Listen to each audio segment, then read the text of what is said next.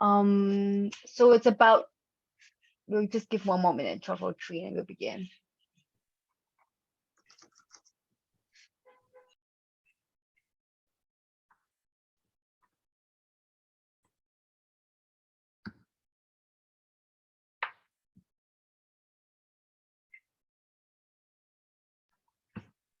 All right, Jensen, do you want to kick us off with an introduction to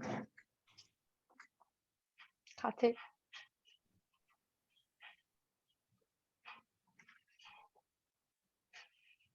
I think he's not here. Oh, sorry. Oh, gotcha. You can start it. You can start introducing Karthik. Okay, so you want me to introduce? Mm-hmm. All right, okay. So hi everybody, I'm the community fellow for the Machine Learning Research Cluster. My name is Cindy Lin. I'm currently a PhD candidate at the School of Information in the University of Michigan, and will be transitioning to a postdoctoral position at Cornell University. Today we're really lucky to have Karthik, and I would like to ask Karthik, so sorry, can I ask how I might pronounce your name the right way that you would like me to pronounce? Yeah, that's right, Karthik, yeah. Your last name, would you? Yeah, Kashinath. Kashinath. Okay, we are so lucky to have Karthik Kashinath from Lawrence Berkeley Lab to give a talk to us today. There's entitled Physics Informed Machine Learning for Weather and Climate Science. Karthik Kashinath leads various climate informatics projects at the Big Data Center at the NERSC, the Lawrence Berkeley Lab. He received his bachelor's from the Indian Institute of Technology at Madras and a master's from Stanford University, as well as a PhD from the University of Cambridge, UK. His background is in engineering and applied physics. He has worked on various projects spanning a wide range of disciplines, from supersonic aircraft engines to battery technologies to complex chaotic systems and turbulence. And his current research interests lie in physics.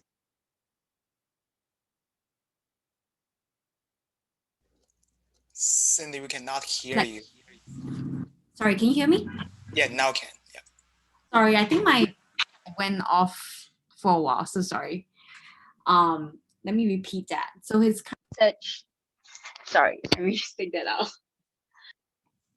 His current research interests lie in physics-informed machine learning and novel data analytics and pattern discovery methods for large complex systems, such as Earth's climate. And when he's not in front of the computer, he runs up mountains, swims in lakes, and cooks exotic global cuisines. So yeah, we're so lucky to have you here, Karthik, and the floor is yours. Thank you, Cindy, for that kind introduction. And thank you all for joining this morning, or I guess this afternoon and on the East Coast for this seminar. As Cindy mentioned, I worked on various different topics, but for today, I'd like to present on physics-informed machine learning.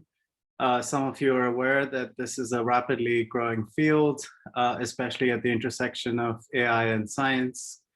And I'll try to convince you as to why physics-informed machine learning is going to be the future of AI for scientific discovery. I'm a research scientist at Lawrence Berkeley Lab, and I've been at Lawrence Berkeley for the last 7 years, working on various aspects of weather and climate science and physics in general. So just to get started, a roadmap for today's talk. I'll introduce machine learning for weather and climate and argue why we have a unique opportunity here. I'll describe briefly the span of my research in terms of the methods that I've used, applications, complexity, and scale of problems. Then I'll take a deep dive into one particular area called super resolution, which is the process of generating very high resolution data from low resolution data. It's a classic problem in computer vision and also has many important applications in the sciences. And then finally, I'll describe the future of weather and climate science as I see it, and in particular, why physics-informed machine learning is going to be key for scientific discoveries using AI in the coming years. So many of you are aware, obviously this is a machine learning forum, so you've probably been up to speed on the various discoveries in the sciences using machine learning and deep learning. Just to give a brief overview, on the top left, the recent AlphaFold accomplishments by Google's DeepMind on protein folding. On the top right are 3D medical imaging for diagnostics of things like cancer and various other diseases. In physics, we've seen many different breakthroughs. I'm just showing one here, which is mapping the galaxies and stars in the universe using deep learning. On the bottom is synthesis of new molecules, new materials, and various other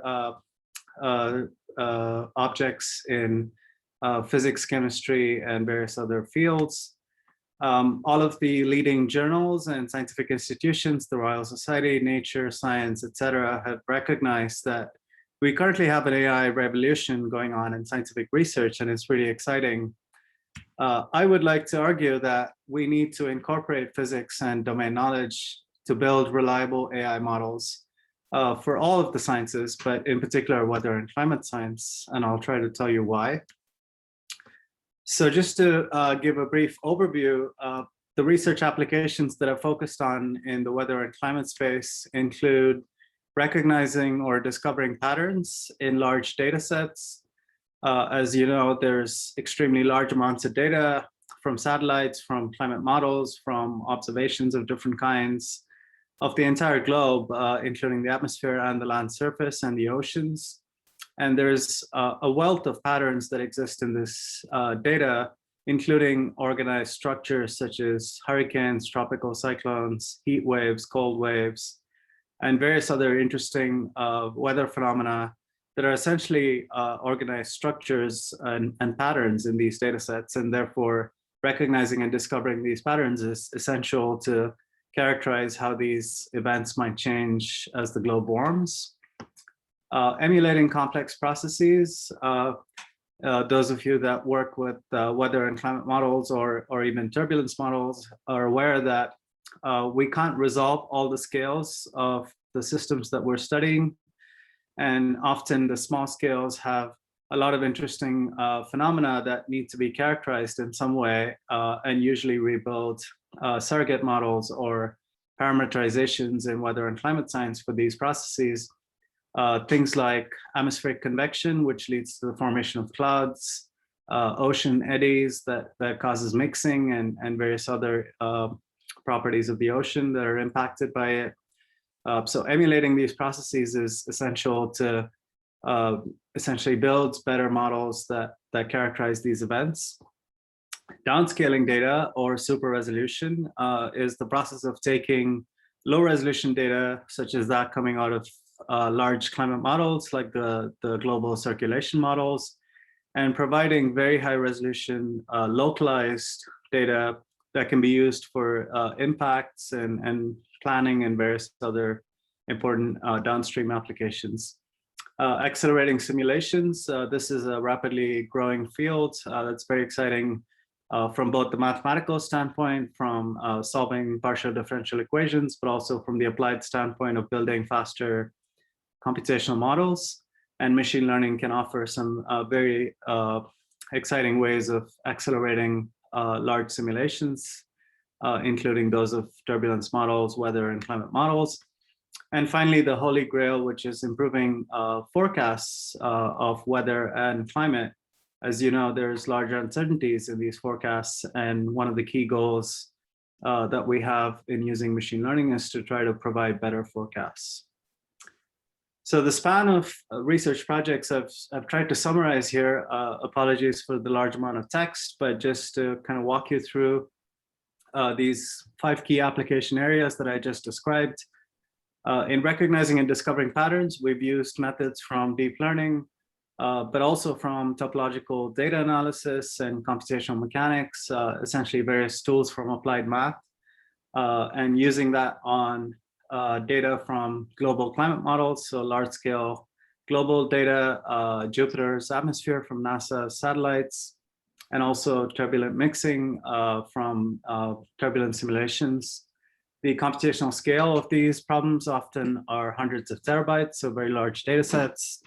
And we've scaled out these methods on thousands of CPU or GPU nodes on large supercomputers such as the one at Lawrence Berkeley or the ones at other DOE national labs. For emulating complex processes, we often apply physics-informed machine learning methods such as constrained generative adversarial networks. Again, the complexity is often at global scale, but also local turbulent convection, somewhat smaller computational size in terms of data sets and the number of nodes. For downscaling data, again, using physics-informed machine learning, developing custom neural networks that can downscale the data, applying it to global climate data, but also turbulence data, and again, smaller scales. Accelerating simulations, which is coupling machine learning with things like CFD and weather and climate models. We've applied this to turbulent convection at fairly small scales in comparison to some of the other projects, about an order of terabyte data and tens of nodes. And finally, improving forecasts, once again, using physics-informed machine learning, various different types of networks, and applying this to turbulence and climate and data sets of the size of tens of terabytes. So that's a very broad overview and pretty quick, but I'll take a deeper dive now into one topic that I've just described, which is downscaling data. So the column highlighted in blue, which is using physics-informed machine learning, and specifically I'll focus on turbulent convection, which is a very important process in both the atmosphere and the oceans, and I'll describe the data sets as well. So the title of this subtopic is Physics-Constrained Space-Time Super-Resolution of Complex Flows. That's a bit of a mouthful, so I'll break it down. The physics-constrained aspect is that the network is informed by the governing equations, so therefore there's information from the actual physics that's being used. It's space-time in the sense that we enhance the resolution both in space and in time. So we're increasing both the spatial and temporal resolution of these data sets, and it's applied to complex flows, and I'll describe the flow in just a moment. This is a joint project in collaboration with several scientists from various different places. Max, who was a PhD student at UC Berkeley, who's currently working for Google. Sohail, who's a graduate student at Stanford, Kamyar, who was a postdoc at Caltech, Mustafa, who's a colleague here at Lawrence Berkeley, and a set of fabulous advisors from these institutions as well.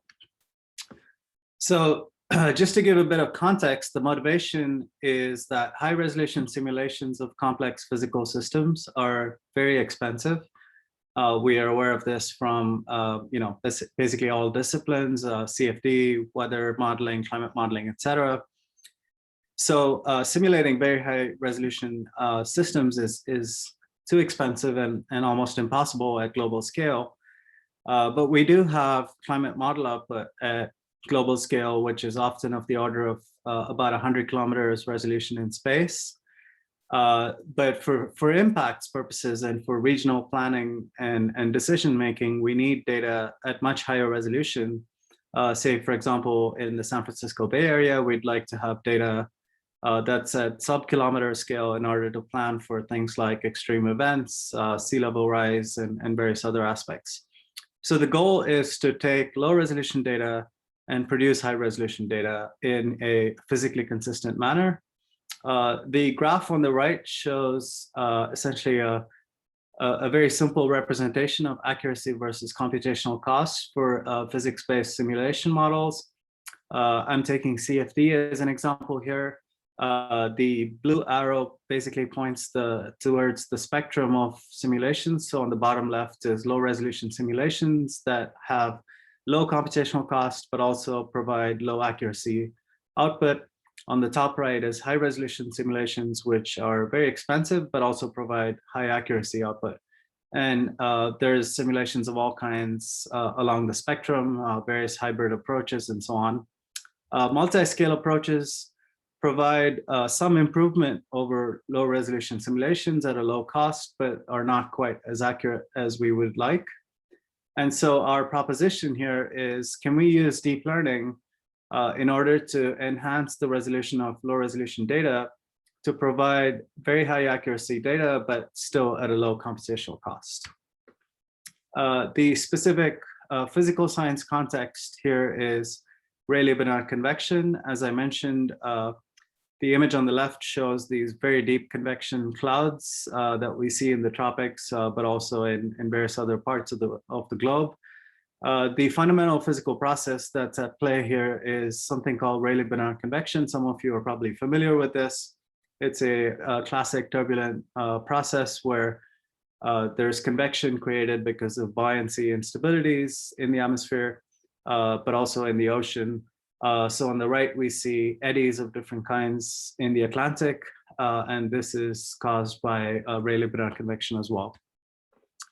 So just to break it down into the mathematics of the problem, this is an idealized version of the problem. So you have a hot plate at the bottom, a cold plate at the top. So I'm looking at the figure on the left. When there's a sufficiently high gradient in temperature, the fluid in between these plates has a buoyancy gradient as well. And once we cross a certain threshold called a critical Rayleigh number, there's an instability that kicks off, which leads to convection, which is basically eddies that are rolling and mixing the buoyancy gradients. And this can break down into very high levels of turbulence in the atmosphere and the oceans. The governing equations are in non-dimensional form shown on the left. We have mass conservation, the continuity equation, and the Navier-Stokes equations for momentum and energy as well. The key non-dimensional numbers that govern the system are the Rayleigh number and the Prandtl number, also shown on the bottom left. A typical snapshot of the simulation of a system of this sort is shown on the right. We have 4 physical variables: temperature, pressure, and 2 velocities, U and W. And you can see that there's large eddies, but there's also small scale turbulence. So the solution that we propose for taking low resolution data and providing high resolution outputs is called Meshfree flownet. There's a few key characteristics for this particular network. It's essentially a mesh-free super resolution framework, meaning that it is not dependent on the particular type of mesh that's used for providing the simulation output. It could be structured, unstructured, or any other type of computational framework. The constraints are the governing PDEs, and therefore it's physics informed. And so essentially all the governing equations can be used as constraints for the actual deep learning optimization process. We train on fixed size inputs, so we can train on data sets that are relatively small in size, sampled at arbitrary spatial and temporal locations.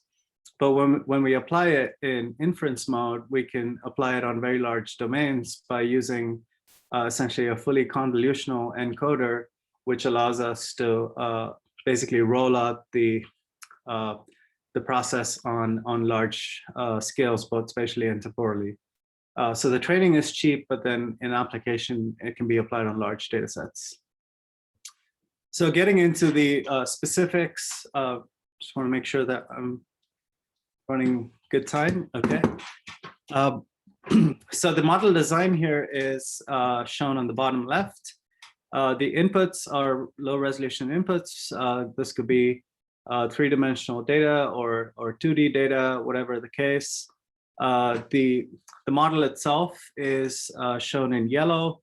We have 3 pieces to this model. There's a context generation network, which is a UNet, a classic form of deep learning architecture, sort of like an encoder-decoder structure. And what this context generation network does is it provides a latent context grid, which essentially encodes all the spatial and temporal correlations in space and time across scales. So as we know in turbulence, spatial and temporal correlations are key to understanding the development of turbulence. And therefore we encode this information into the latent context grid. The continuous decoding network, which is the next piece of this model, takes the latent context grid, and it also takes the inputs and provides high resolution outputs.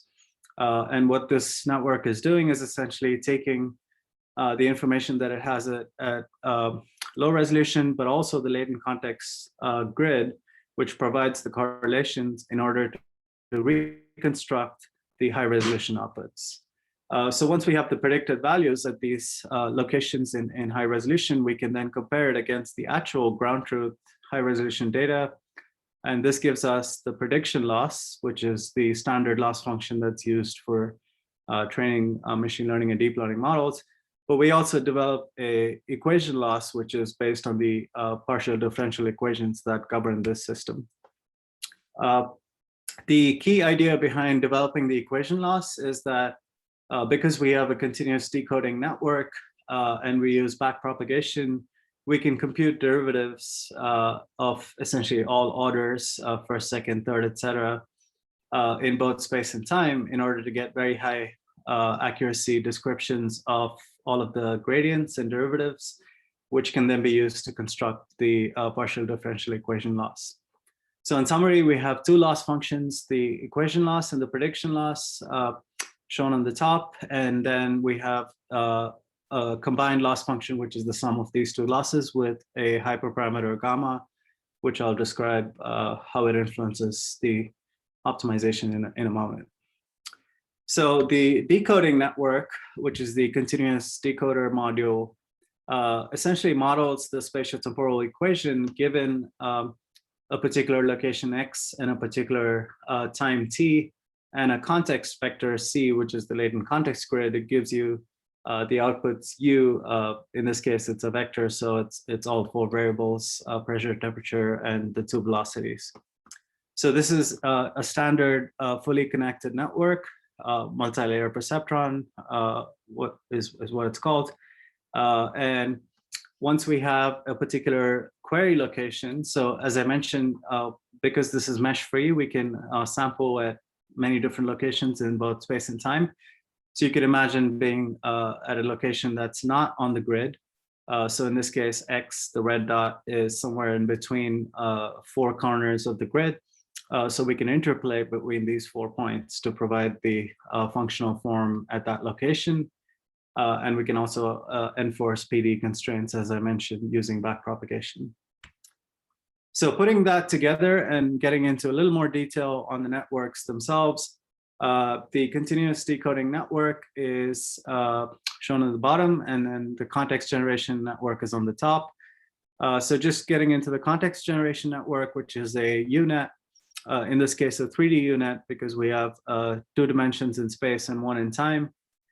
We take the low resolution inputs. There's the downsampling phase, which is sort of the encoder part of this module, and then the decoder, which goes back to the original resolution. So we have a sort of encoder decoder type of setup, which gives the latent context grid at exactly the same resolution as the original low resolution inputs. And once again, to remind you, the latent context grid is encoding the spatial and temporal correlations across scales in this particular problem. The continuous decoding network is on the bottom left. So we have a latent context vector. In this case, it's of length 32. And then we have 3 point coordinates, X, Z, and T. We concatenate these together and then propagate that through the decoding network.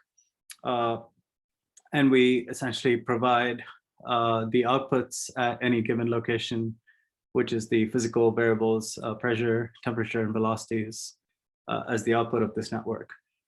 We compare this against baselines, which are sort of the classic computer vision baselines for super resolution, which often use a convolutional decoder. And I'll describe the quantitative results in a moment. So the training process is shown here. We have pairs of low resolution and high resolution data. In this case, we have, for example, in the X dimension 512, in the Z dimension 128 and 200 time steps. We take a certain crop. So as I mentioned, we have smaller training sample sizes. So we take a cube, in this case, 4 variables, 16 in temporal, 128 by 128 in spatial. That provides this cube. We sample at arbitrary locations inside this cube, random samples that can then be used to interpolate and give us the ground truth data. We downsample this by a factor of 8 in space and a factor of 4 in time in order to get low resolution data. And the goal of the network is to take the low resolution data and super resolve it and provide high resolution outputs. So the end-to-end training of this model is done as follows. We have the inputs going through the unit to give the latent context grid, an implicit network that is the multi-layer perceptron, which gives us the predictive values, and then the ground truth is coming from the high resolution data with the L1 loss and the PD loss combined to give us a loss function. So this model is trained end-to-end, meaning that all parts of the networks, all 3 networks are trained simultaneously, and therefore we have essentially outputs that are very finely tuned to this particular problem. So as you can see here, we have high resolution ground truth on the top row, temperature, pressure, and 2 velocities. And in the middle row is low resolution inputs, and the model predictions are on the bottom row.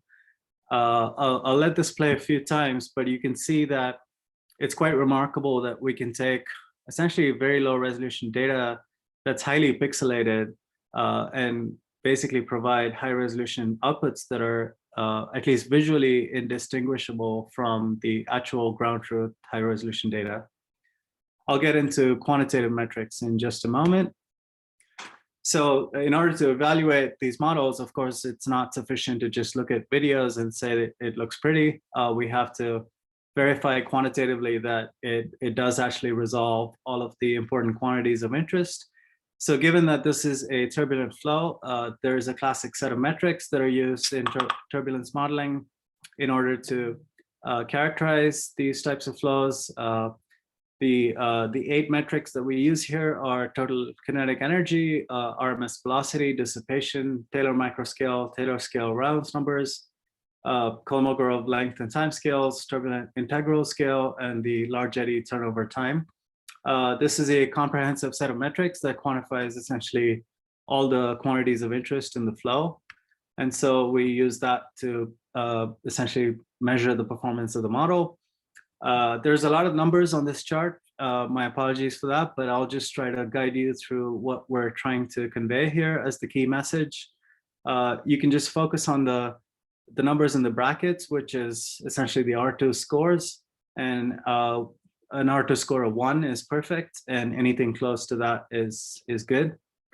So what we see here is for 2 different hyperparameter values, gamma, just to remind you, gamma is the factor that sits in front of the PDE loss. So gamma equals 0 means that we don't have any physical constraints. So there's no PDE loss. Gamma equals gamma star is the optimal value of the constraint. We see that we have an R2 score of essentially close to 1, which means that we're resolving all of these different metrics very well when we have the optimal values of gamma. So that gives us confidence that the model is performing well, but as we know in machine learning, one of the key challenges is, does the model generalize to new scenarios? So generalizability is one of the hardest tests for machine learning, and the goal is that you train a model in a given regime and you'd like the model to work well in new scenarios, new regimes that it's not been trained on. So here we have 2 sets of generalizability tests.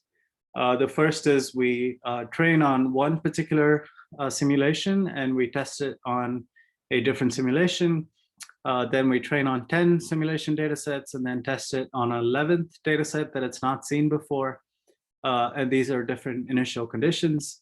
What we see here is that when we train with 10 different data sets, we get essentially a very high performance in terms of R2 scores.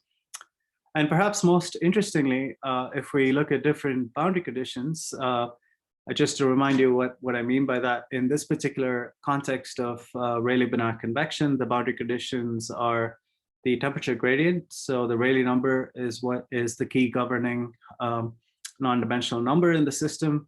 Higher Rayleigh numbers mean higher gradients, lower Rayleigh numbers mean lower gradients. And what we can see here is if we train in the regime that's sort of intermediate in the range of 2 to 90 times 10 to the 5 Rayleigh number, which is shown in green, and then we apply it in both regimes above and below that training regime. The training regime below is in blue and above is in red. We still have very good performance. Of course, it degrades as you go further away from the training regime. But as you can see, we can go up to 2 orders of magnitude above and below and still get performance that is quite good. So we also looked at the scalability of this model. As we know, these problems are very large scale. The proof of concept was shown on smaller data sets, but we also would like to apply this to larger data sets, including global climate data. So we looked at how this model scales with larger inputs and larger numbers of GPUs that we use. So starting off with a single GPU all the way up to 128 GPUs, the scaling is shown on the left. And we have essentially close to ideal scaling for this particular network. The loss functions are shown on the middle and right figures. As we can see, the loss is fairly as expected for essentially all the way up to 128 GPUs. It does take longer to converge, and therefore there's a sort of trade-off between speed and time taken for computations when we go to very large numbers of GPUs. But we still have very good performance here. I must mention that this paper was a best paper finalist at the supercomputing conference last year, SC20. So that sort of summarizes the work. I know that it's pretty fast-paced, and apologies for the lot of detail, but hopefully you've got an overview of what this looks like. So where do we go from here? There's some very interesting directions we can move forward with this. One of which we're pursuing right now, which is coupling the super resolution models with the solvers. So just to explain what that means, in the particular problem that I showed you, we already had data that came out of a low resolution model, and then we super resolve it. But in principle, that only works to a certain extent because the low resolution data already has some inherent errors in it, and therefore does not actually follow the high resolution trajectory of the simulation. The only way in which this can be done comprehensively and accurately is to couple the super resolution model with the PDE solver so that we're correcting the trajectory of the PDE solver at every time step. And that's some recent work that's currently under review with PNAS. We've also extended this to more complex three-dimensional flows. This is work in progress, but it's exciting to see that the method also works on full 3D data in space and 1D in time, so 3 plus 1D data. And finally, there's some recent work coming out of Caltech and NVIDIA, which shows some really exciting ways in which the entire PD solver can be replaced with a neural network to do something called neural PD solving. And so we're trying to combine our super resolution model with these neural PD solvers, so we have an end-to-end deep learning based solution to solving these systems. So with that, I'd like to pivot to the last part of my talk, which is what I see as the future of machine learning for weather and climate science. And I'll speculate as to why these are important directions. So just to summarize, and this is essentially a synthesis of a 30-page paper that I just had accepted at the Philosophical Transactions of the Royal Society. I was invited last year to submit a review paper, and I strongly suggest that you check this out if you're interested in this topic. But I'll give you a 5-minute overview of what I've tried to convey here. Physics-informed machine learning is, as I mentioned, a rapidly growing space. And one might ask, what are the objectives of physics-informed machine learning, and why is it different from machine learning in general? And I think there are 5 key objectives here. One is to build physically consistent and scientifically sound predictive models. As we know, machine learning can sometimes be viewed as a black box, and we really would like to make machine learning much more transparent and also physically consistent. The second is we want to increase data efficiency, and by adding constraints, that can help in limiting the space of options that the machine learning model needs to explore in order to find the optimal solution. And this is especially important given that we have extremely large data sets in science, especially in weather and climate science. We also would like to accelerate the training process, and applying constraints can help in that as well. As we saw in this example, improving generalizability really depends heavily on using physics, because as we know, these physical equations are applicable across all regimes, and therefore incorporating the actual physics of the problem into the machine learning model helps with making the model generalizable. And finally, using physics can help open this black box and examine what's going on inside, and therefore enhance transparency and make it more interpretable. There are many different ways to incorporate physics in these models. I think it's still a pretty young field at this point, and I'm excited to see what comes up in the next few years. But as it stands right now, the state of the art is summarized here. The sort of easiest approach is to use a physics-based loss function, or regularization, I guess would be the term in machine learning, where you have additional terms in the loss function that characterize some aspect of the physics of your problem, which could be either the governing equations or some other constraints that exist in the system. You could also build custom networks that specifically characterize certain properties of the system that you're studying. As I mentioned, in this case, our context generation network encodes the local correlations in space and time, and therefore characterizes the small scale turbulence in a more faithful way than a standard network. Physics has a lot of symmetries, problems in turbulence, in chemistry and physics, etc. There's often rotational symmetries, translational symmetries, invariances of different kinds. Any system that has partial differential equations has symmetries in it, and incorporating these symmetries can also really help with improving the faithfulness of these models. Stochasticity is another important characteristic of the systems that we are interested in weather and climate.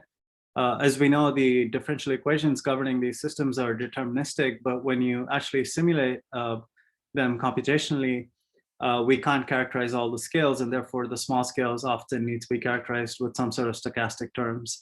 And deep learning and machine learning offer a range of different stochastic models, such as Bayesian networks and generative networks, probabilistic models, and so on. Stability is a very important property for physical systems, especially dynamical systems such as weather and turbulence. And understanding how stable or unstable these systems are, especially when you couple a machine learning model with a traditional physics-based model, is really important. And I think we can use a lot of knowledge that we already have from stability theory and dynamical systems theory in informing these machine learning models. Multi-scale properties are key in these systems. As we know, in turbulence and in weather and climate, we have a very wide range of scales, both in space and in time. And trying to encode these multi-scale properties in some way into the model can also be very helpful in predictions. And finally, I want to highlight that we've spent a couple of centuries developing some very good physics-based models for these systems, and it really does not make sense to throw out all of that and start from scratch using machine learning. And so one proposition is to use the templates that we already have for the physics-based models and only replay certain parts of the model with machine learning that builds on top of the the wealth of knowledge that we have from these physical systems and physics-based modeling. So one example would be, say, in turbulence, if we have large eddy simulations as the approach that we're interested in, we already have a framework for doing LES. And one thing we could do is to replace the spectral filters of these systems, which are essentially empirical, using a machine learning filter that's learned from the data. And therefore, we leverage all of the power of LES, but also have higher accuracy because of better filters. So these challenges remain today, and I think these are going to be the key challenges for us as we move forward in using physics-informed machine learning. Characterizing and quantifying all sources of uncertainty is a very important one, especially for climate modeling. Training models with data characteristics is also really key. Often models are trained with somewhat synthetic data, and that does not really help, because in applications, the characteristics that data might have, such as noisy data, missing data, hidden data, etc., needs to be incorporated. Promoting model consistent training, especially when we're building on top of physics-based models, we have to respect the assumptions and consistencies that are required for these types of models. Deriving or estimating stability and convergence properties are important in order to know that these models will actually be stable in operation and converge to the right solutions. And finally, for weather and climate, one of the most important things is to evaluate the model fidelity on extreme events and phenomena that have a very large impact on society and the environment.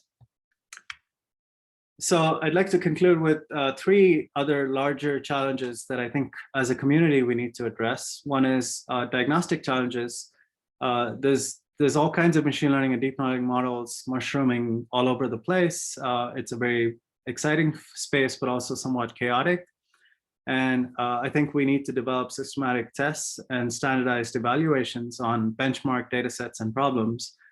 This has already been recognized in the machine learning community, in computer vision and various other fields, where they have sort of benchmark data sets such as ImageNet or other data sets, and benchmark problems as well, and sort of unified set of metrics that are used to evaluate these models.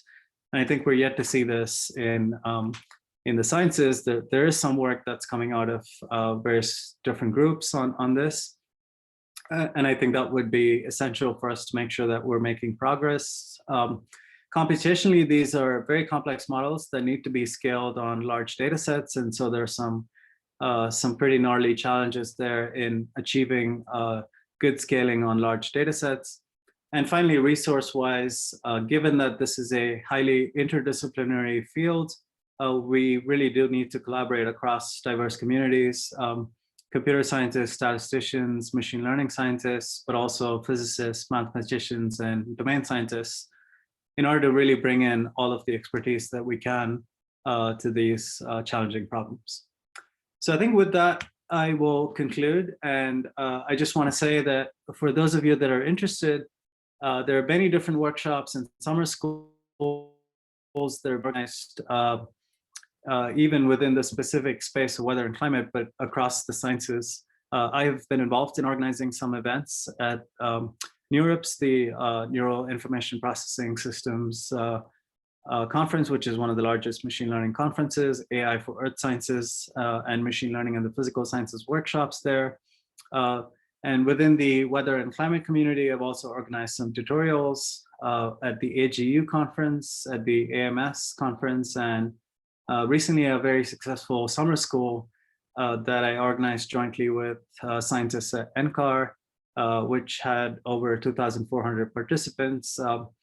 There are links to all of these events you can just Google for them, and all of the lectures are recorded. There's videos, there's Jupyter notebooks of all of the tutorials. So please feel free to use all of that information. So I think with that, I'll pause and take any questions, and thank you very much for your time and attention. Great. Thank you so much, Karthik, for that wonderful presentation. We have a few questions already on the chat box. So maybe we might slowly go down some of those questions before we take on more questions. I'll encourage anybody who have a question to just raise their hand, and then I'll address it. Yeah.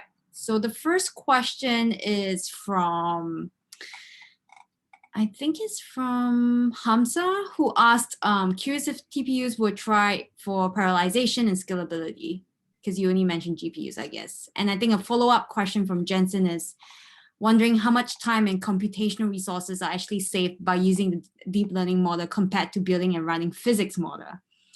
The training seems very computational intensive as well. If a scientist doesn't have much GPUs, is there any advice on how to train a good working ML model on limited resources? Yeah. Thank you. Yeah, that's a very interesting question. So just to respond first to Hamza, no, we did not use TPUs for this particular project, but yes, that would certainly be one approach to try out.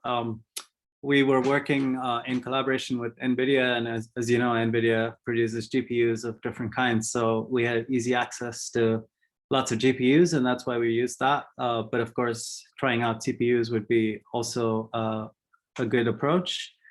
Now, responding to the second question, wondering how much time and computational resources were saved using deep learning. Yeah, that's a really good question. The numbers are in the paper. We did compare running just the high resolution turbulence model versus using the low resolution model, and then doing the super resolution using the deep learning, and we have comparisons between these times. I don't remember off the top of my head, but yes, there was definitely improvement on the computational speed. The second part of the question is the training seems very computation intensive. I should remark that although we showed the scaling all the way from a single GPU to 128 GPUs, we can still train the model with one GPU. So of course, the performance is much better when you train it with a larger number of GPUs. It converges faster, but you can still, it's still workable with a single GPU. In other words, if you have limited resources, there's still ways to go about doing this.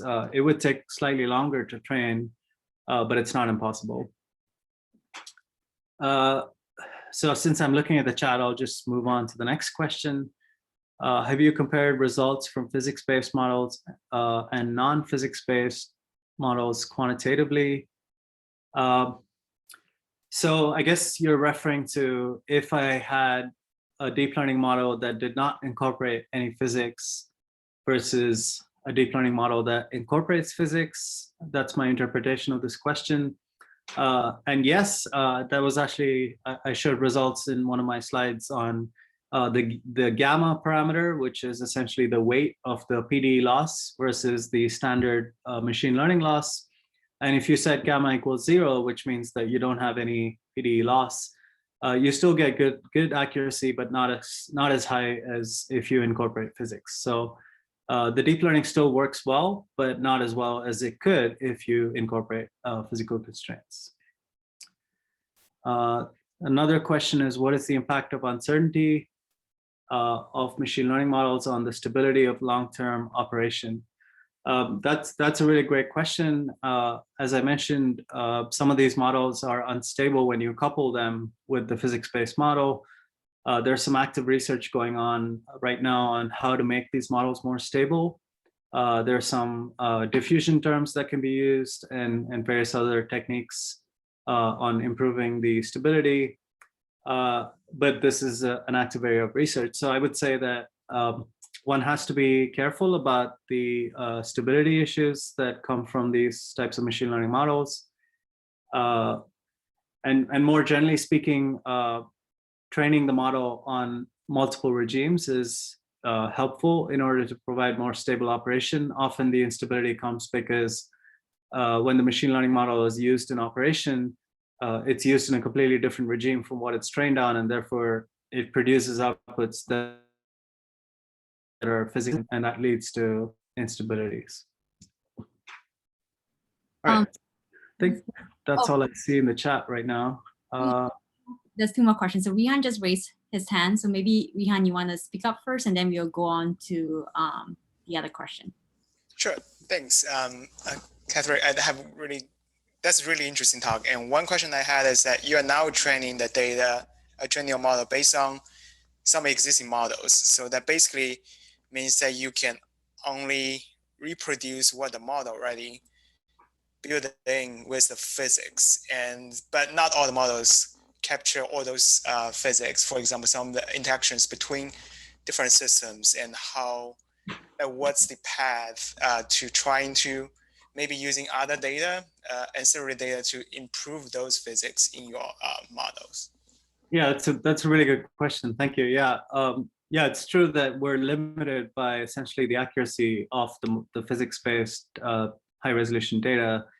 And as you've rightly said, not all models capture all of the physics. So I think data assimilation, which is done often in weather and climate science, where you have observational data, which is in some ways the best you can get, the best representation of ground truth, that's assimilated into the machine learning model using, again, all kinds of approaches. So essentially you have a physics-based model, but you also have observations that are trying to inform the physics-based model. And so data assimilation would be one approach to trying to improve the sort of limited simulation data sets and incorporating real observations into the process. So that's my initial response to that. And maybe now I can take the question that Edwin has posted, or maybe there's one before that. Yeah, I think it was Chun-Li. Just okay. Yeah. So you plan to extend to more complex 3D flow simulations. Would your model algorithm need to change? Thank you. Yeah, that's a good question. The nice thing about this approach is that essentially all of the machinery is exactly the same. The only thing that changes is we go from 3D convolutions that we've used so far to 4D convolutions. As I mentioned, 3D because it's 2 dimensions in space and 1 in time. So when you have 3 dimensions in space and 1 in time, you have essentially 4-dimensional data. So you can use 4D convolutions. Of course, the computational complexity will increase. So it would be more challenging to train these models and scale them out. But in principle, the mechanics of how it's done is exactly the same. And then the final question, how readily can researchers build in an additional set of stiff PDEs, various different processes, associated losses into the model? So, so just to address the first part, because we're simply having a PDE loss term in the loss function, there isn't any constraint on what type of PDE. So you can have a stiff PDE, you can have a nonlinear PDE, essentially any type of PDE can be incorporated into the loss in the same way. Of course, the more complex the PDE, the more complex it is to compute these things. But again, in principle, all PDEs can be incorporated into the model as long as you know what the governing equation is. You can calculate that loss term. How would the model address different spatio-temporal resolutions required to resolve different phenomena? Yeah, that's a really interesting question. We did explore a range of different resolutions. So we tried to essentially downsample the data to 4x, 8x, 16x, and so on. And there is a certain point at which you start to degrade. So you can't super resolve to arbitrary resolutions. There's sort of limits on how far you can go. And I think that really depends on the physics of the problem. So if you go too low in resolution where you completely lose any sense of the turbulence, then it would be very difficult for the machine learning model to super resolve that data. So I think there needs to be some information, even in the low resolution data, that characterizes the multi-scale property of the system, so that when you encode those local correlations, you're able to resolve back to higher resolutions. So I think that's that's a really important and interesting question. So asking the question of what are the limits to which we can super resolve and how does that depend on the physics of the problem? And I think that deserves further examination. So I'd be excited to see in the future how that's being characterized. All right. Sounds like that was the end of the questions. If no one have any more other questions, I would appreciate if everyone could give their reactions, and thanks to Karthik, who has elegantly answered all of our curiosities. Also, I just want to remind everybody that this recording will be publicly shared. I would communicate with the rest of you, the emails that you have placed in the meeting agenda on how you might have access to the video. And I want to say thanks to Karthik for such a wonderful presentation again. If you can drop in your email on the chat in case anybody have any other questions for you, that would be excellent. I wonder if Jensen, do you want to add some last few words before we end off the meeting in 2 minutes? Yeah, sure. Thank you so much, Karthik, for this fantastic talk. And thank you, Cindy, for organizing this webinar. It's amazing. And thank you everyone for joining us today. I'm sure, actually, I have a ton of questions for you, Karthik, Sure. communicated through email. And there is several ongoing efforts in this cluster. We are working with NASA ESDS working group on drafting a review paper about the Earth AI. And I think your work is absolutely fitting in that paper. And we have a section actually requiring people to contribute. That is the integration of machine learning with the physics model. So probably you can contribute several paragraphs to that. That'll be amazing. Sure. I'd be glad to. If you could send me a link or any related information, I would appreciate that. Sure, I will do that shortly. And we have another repository on the GitHub called Awesome Earth AI. And if you have all the notebooks, the videos, and all these links available, send to me and I will put it there so everybody can see them. Perfect, thank you. Great, thank you so much. And I think that's all, Cindy. All right, thank you everybody, and hopefully you'll be able to join us again in the next cluster meeting, which is always on the 3rd week on a Friday. Join our mailing list. We will have fantastic talks and discussions about AI in the Earth and geosciences. So thank you everybody. Thank you, Karthik. Thank you everyone. Thank you all. Thank you. Thank you. Bye. Bye-bye. Bye.